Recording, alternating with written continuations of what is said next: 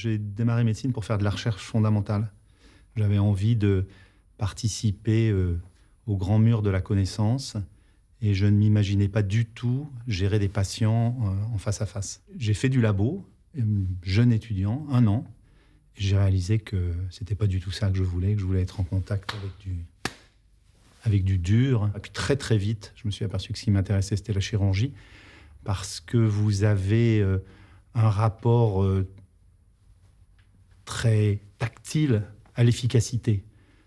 Et j'ai découvert ce que c'était que d'accompagner quelqu'un dans un moment, on va dire, charnière de sa vie. Et petit à petit, alors que j'étais parti pour m'occuper de patientes bien portantes, puisque j'ai fait un internat au départ en gynécologie, je me suis intéressé à ce moment très particulier où la vie bascule parce qu'on vous apprend que vous avez un cancer. J'ai la chance de pouvoir continuer à enseigner, à faire ce qu'on appelle de la recherche clinique, c'est-à-dire mettre au point des interventions nouvelles, à les tester, à les publier, parallèlement à mon activité de clinicien. Donc j'ai cette chance de pouvoir continuer à mener de front une très grosse activité clinique dans le cadre de l'Institut du Sein et une activité d'enseignement, puisqu'on reçoit des chirurgiens du monde entier qui viennent avec nous passer quelques semaines, parfois 1 an, pour se former à des techniques qu'on a mises au point et qu'ils vont utiliser ensuite. La chirurgie du cancer, vous gérez la peur de la mort.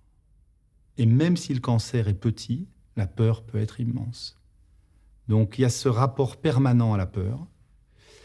Il y a cette notion que vous extirpez la maladie. Donc c'est très particulier, mais symboliquement c'est très fort. Passer voir une patiente après son opération et lui dire « vous n'avez plus de cancer » et voir son sourire le soir quand vous passez faire la visite, même si elle sait et vous savez qu'il y a une possibilité pour que ce cancer revienne un jour, lui dire « vous n'avez plus de cancer », c'est un moment très fort de la relation avec la patiente.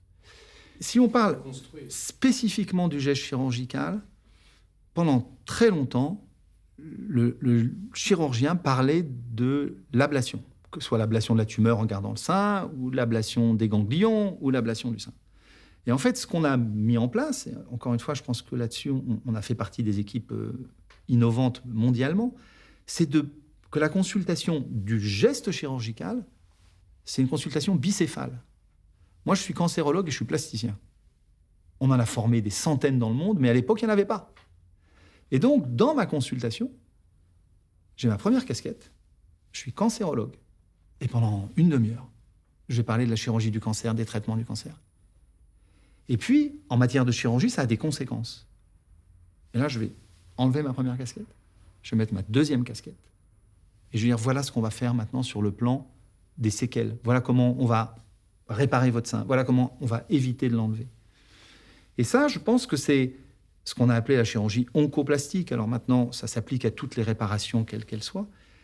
Et je voyais qu'à partir du moment où vous expliquiez à une patiente qui avait un cancer que vous allez vous occuper aussi de son apparence physique, des séquelles, de sa silhouette, vous ouvrez vers un nouvel univers, qui n'est pas l'univers de la destruction et du combat, qui n'est pas l'univers de la guerre contre la maladie, mais qui est de dire, madame, on va s'occuper de votre après, et d'ailleurs, le plus souvent de votre pendant, puisqu'on va reconstruire tout de suite. Et le fait qu'on s'occupe de votre après, ça veut dire qu'il y aura un après. Il y aura un après. Alors oui, ouais, bien sûr, on y croit.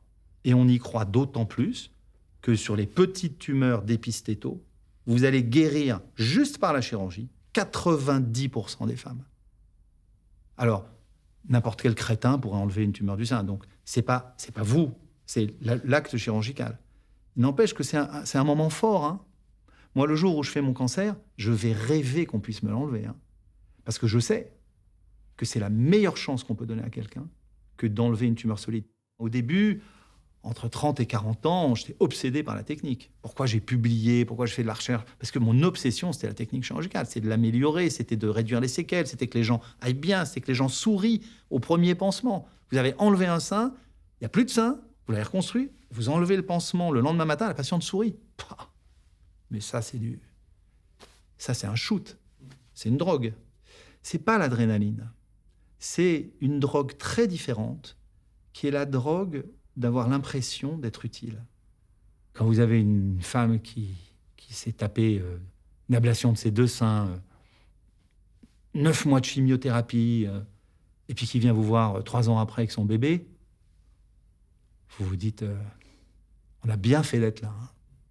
On a bien fait d'être là. Mais en fait, quand vous êtes dans le cancer, très vite, la technique, bon, vous passez des années, des décennies, mais vous la maîtrisez, vous continuez à l'améliorer. Mais ce que vous comprenez, c'est que tout se joue en consultation. Et que ça, vous êtes une éponge à angoisse et vous accumulez heure après heure, mais maintenant, avec le recul, semaine après semaine, mois après mois, année après année. Vous accumulez toutes ces inquiétudes que vous avez absorbées, et puis vous savez pas, vous réalisez pas que ça va vous toucher à ce point-là. Vous comprenez pas que ça va vous bouffer. Quel conseil donner à un chirurgien cancérologue qui débute ?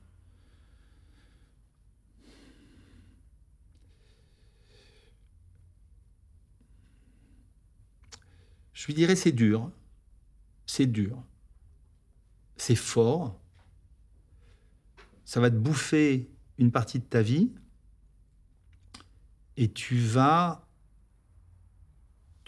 vivre des moments d'une intensité qui vont bénéficier à toi, et j'espère, à ceux qui sont autour de toi. Et par ça, je pense aux patientes, accessoirement, mais je pense aussi à mes amis, à ma famille. À un moment, je pense qu'ils doivent avoir un bénéfice de notre folie. Mais il y a un prix. Il y a un prix. Et va les voir. Va voir les gens qui font ce métier. Le problème de nos métiers, c'est qu'en fait, on démarre, mais on ne sait pas ce que c'est que la vie qui va avec. Et donc, je lui dirais, va les voir. Va au bloc, mais ça c'est la danseuse et le tutu, le bloc. Hein. Ah, c'est cool, il y a du monde, on met de la musique. Va en consultation, et puis surtout, emmène-le boire un verre, le mec qui va te former, et demande-lui comment il va. Et il va te dire comment il va. Prends pas un jeune, parce que les jeunes, c'est toujours, papa, on se rend pas compte. Prends un vieux con comme moi, et demande-lui comment il va. Et si tout ce qu'il te dit t'attire, tu fais le plus beau métier du monde. Mais il ne faut pas d'erreur de casting.